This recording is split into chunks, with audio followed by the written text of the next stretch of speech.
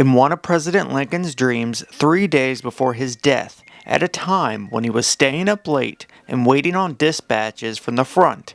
He lay in a death-like stillness. He heard muffled sobs and headed downstairs, looking for where the sobs were coming from. He entered the east room and saw a corpse lying on a catafalque, surrounded by soldiers and mourners crying over the body. The president asked a soldier, "Who's dead in the White House?" The soldier answered him, "The president. He was killed by an assassin." Then loud cries woke the president, and he did not sleep again that night. Did President Lincoln have a premonition about his death? Many believe he did. John Wilkes Booth was a 26-year-old in 1864, and he was one of the most famous actors in America. His father and mother were both Shakespearean actors from England. They moved to Maryland, the place where John Wilkes Booth was born, in 1838, the ninth of 10 children, and known as his mother's favorite. His father, Junius Brutus Booth, did not want his children to follow in his footsteps, but 3 of his sons became actors.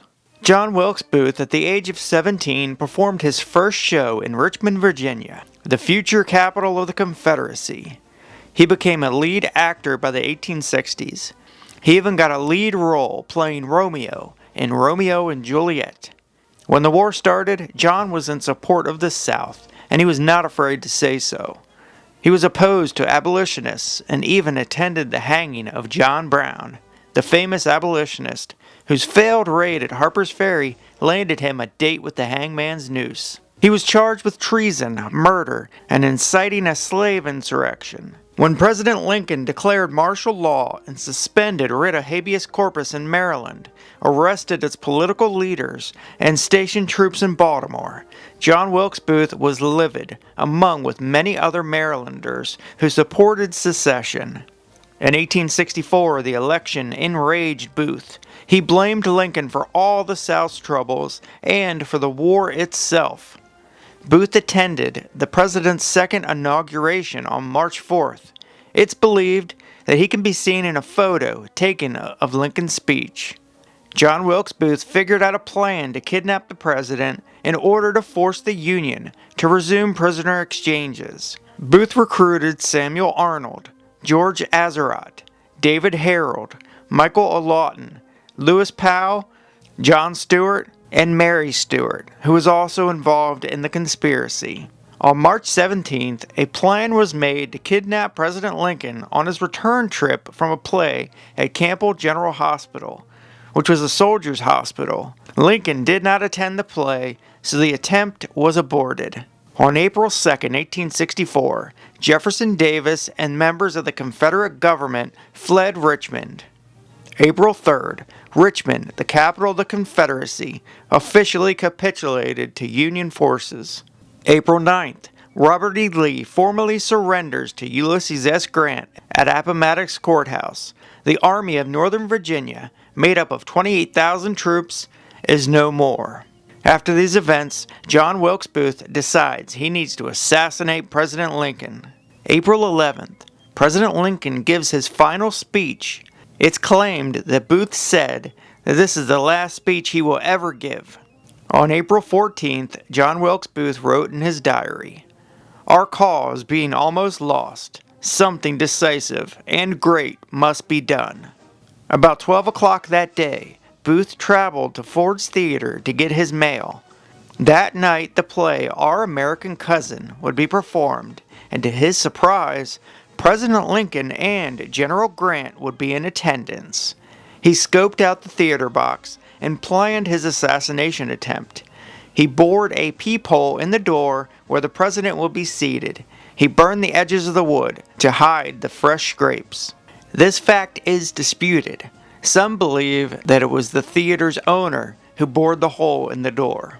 John Wilkes Booth traveled to meet with his co-conspirators and inform them of the plan and arrange for a cache of guns to be readied. Lewis Powell was tasked with assassinating Secretary of State William Seward, who was at home injured after being thrown from a stagecoach.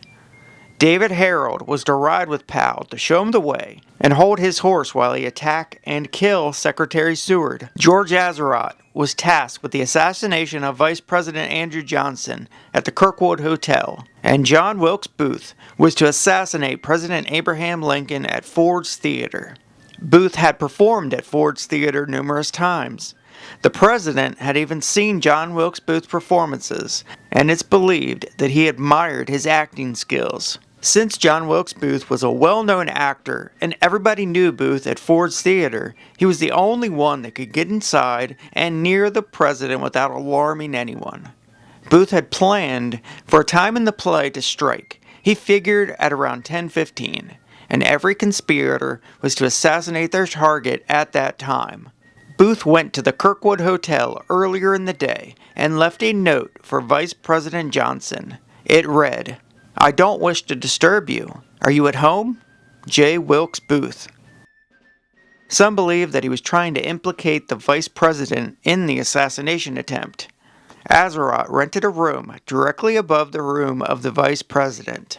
He was seen at the bar asking questions about the vice president, but they believed he was just being a drunk. And he was a drunk, and he looked the part, so people just brushed it off. Atzerodt eventually got cold feet, and he left the hotel wandering the streets until he rented a room at a different hotel and just went to sleep. David Harold took Lewis Powell to Secretary of State William Seward's house. Powell got off his horse. He had a bowie knife and a revolver. He approached the front door shortly after 10 p.m., carrying a bottle in his hand.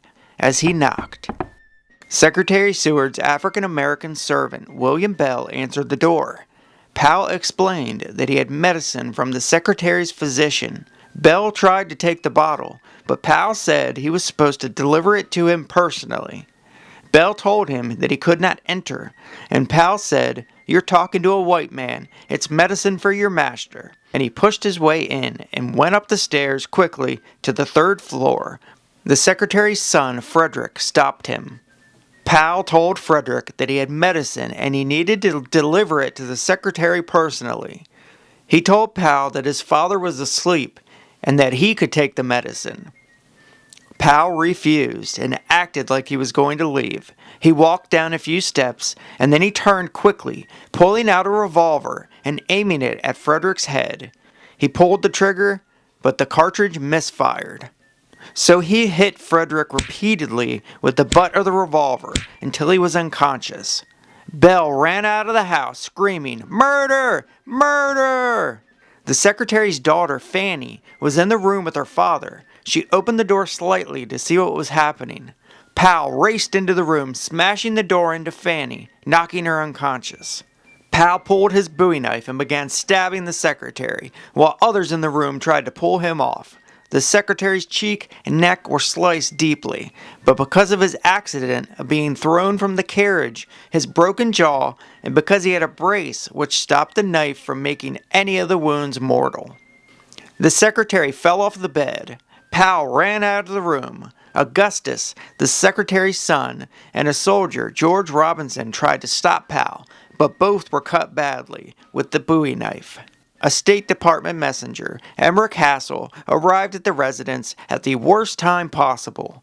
Powell shoved the knife into the man's chest, and he fell silently. Powell ran from the house screaming, "I'm mad! I'm mad!" David Harold abandoned Powell, fearing capture, after he heard all the commotion in the house. Earlier in the day, Ulysses S Grant and his wife, Julia Grant, had received an invitation to accompany President Lincoln and his wife Mary to Ford's Theater. But Mary and Julia were on bad terms at the moment. Grant received a letter from his wife telling him to be ready for the train. Grant respectively declined the president's invitation. Eventually, Major Henry Rathbone and his fiancée Clara Harris agreed to accompany the president and the first lady to the play. The group arrived at Ford's Theater late after the show had started. The show stopped and "Hail to the Chief" was played as the attendees cheered at the president's arrival. They sat in the presidential box, Lincoln in a rocking chair. The play, Our American Cousin, continued. John Frederick Parker was assigned to guard the presidential box. It's believed that during the intermission, he went to a nearby tavern with Lincoln's valet and coachman. John Wilkes Booth had acquired a single-shot Derringer pistol earlier in the day, and he got a getaway horse from a livery stable. Booth was in the saloon during the show's intermission, but at 10:10 p.m., he entered Ford's Theater through the front door. He made his way up the stairs into the hallway where President Lincoln's booth was. There was no guard present. Booth blocked the first door with a stick that he had left earlier. The door that led to the presidential box had no lock. Booth peered into the peephole and saw the rocking chair that the president was in. He waited until the right time during the play, at 10:15 p.m. This is the line in the play that Booth was waiting for. "Well, I guess I know enough to turn you inside out. Old gal, you shock-a-doozling old man trap." Booth entered the door, aimed his Derringer at the president's head, and fired the pistol. Rathbone fought with Booth. The pistol fell, and Booth pulled his knife and stabbed Rathbone in the left forearm. Booth climbed over the balcony. His spur got caught on the Treasury flag hanging in the box as he jumped, and he landed hard on his left leg and hand. Booth got up, raised the knife, and shouted, "Sic semper tyrannis," meaning thus always to tyrants. Some believe that he was on the stage when he said this, others that he was still up in the box. Again he shouted, "The South is avenged," or "Revenge for the South." Major Stuart took off after Booth, chasing him as Booth left the stage. Rathbone yelled, "Stop that man!" Mary Lincoln was heard screaming. Booth went out a side door and mounted his horse, and he stabbed the orchestra leader. Charles Leal, Union surgeon, who was at the theater, came running up the stairs, finding the door blocked. Rathbone had to remove the wood block that Booth had put there, and the surgeon came into the presidential box. He recalled his eyes were closed, and he was in a profoundly comatose condition, while his breathing was intermittent and exceedingly stertorous. Surgeon Charles Taft came to help as well. Leal found the gunshot wound and a blood clot. They removed it, and then the president's breathing got better. The surgeons decided the president could not make it to the White House, and the president was moved across the street. Rain was falling as the president was brought to William Peterson's home. Lincoln was laid down on the bed. At 6'4", the president was far too big for the bed, and he had to lay diagonally. More and more doctors arrived, and Mary was removed from the room. They all agreed the wound was mortal, and they did their best to ease the president's pain. The president's son, Robert Todd Lincoln, arrived at around 11 p.m. The Secretary of the Navy, Gideon Welles, and Secretary of War, Edwin Stanton, arrived. Mary Todd Lincoln was allowed back in shortly before his death, and then she left again. At 7:22 a.m., President Abraham Lincoln died from his wound. After the president's death, Edwin Stanton stated, "Now he belongs to the ages." Booth headed out of Washington and talked his way past a sentry, Silas Cobb, guarding the Navy Yard Bridge. The bridge was closed after 9, but John Wilkes Booth talked his way past. Almost an hour later, David Harold arrived at the same sentry and bridge, and he talked his way past, and then met Booth in Maryland. Booth headed to the Surratt Tavern to pick up the guns he stashed. Because of Booth's leg, they headed for the home of Dr. Samuel Mudd, who fixed up his broken leg as best as he could. Booth was recognized at Ford's Theater, and a manhunt ensued. The next day, the two fugitives headed for Samuel Cox's home, and he took them to Thomas Jones's. He hid the pair in the swamp for 5 days. Booth read in the paper that some of the co-conspirators had already been arrested, and that he was not a very popular man in the North or the South. As Booth waited across the Potomac, a funeral train carrying Lincoln's embalmed body left Washington and reached Camden Station, Baltimore, for what would be a 13-day trip to Springfield, Illinois. Stops along the way for the mourners to pay their respects to his final resting place. The fugitives made their way across the Potomac, almost hitting a Navy boat, but eventually made their way back, the wrong way, back into Maryland. Booth's diary wrote, With every man's hand against me, I am here in despair. And why? For doing what Brutus was honored for, and yet I for striking down a greater tyrant than they ever knew, am looked upon as a common cutthroat. The pair stayed at a Confederate sympathizer's home, John Hughes, and they safely crossed the river into Virginia the next day. They stayed at William Lucas' cabin, a freed black man, on the 23rd, and then they arrived at the Garrett's farm on the 24th. A detachment tracked down Booth to the Garrett's farm on the 26th. The pair were hiding in a tobacco barn. Harold surrendered, but Booth said, "I prefer to come out and fight," when Everett Conger demanded that he surrender. The soldiers lit the tobacco barn on fire, with Booth still inside. Sergeant Boston Corbett spotted movement in the flaming barn and fired, claiming that he saw Booth preparing to shoot. He disobeyed orders, wanting Booth alive. Booth was shot in the neck, and he died 3 hours later at 7:22 a.m., the same exact time when President Lincoln died from his wounds. Mary Surratt, Lewis Powell, David Harold, and George Azerodt were all sentenced to death by hanging. Samuel Mudd, Samuel Arnold, and Michael Lawton were sentenced to life. Edmund Spangler got 6 years. President Lincoln's death was the first time an American president had been assassinated. I want to thank you all for watching, folks. The story of President Lincoln's life and death is an amazing one. He was a great man, and he will be missed. Thank you all for watching, and we'll see you on the next. Peace. Thank you.